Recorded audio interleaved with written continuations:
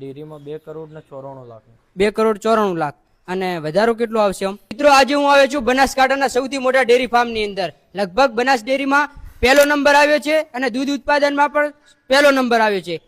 કેમ છો સાહિલભાઈ? બસ મજામાં. આપણે કેટલું દૂધ થયું આ 2025-26 ની અંદર?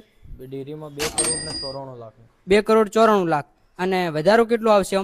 90,95,00,000 90,95,00,000 અને ભેંસો કેટલી છે આપણી પાસે? 350 પ્લસ હમ પાડીઓ બધું થઈને 400 આજુબાજુ. 400. આમ મિલ્કિંગ ઉપર કેટલી હશે? 260. 260.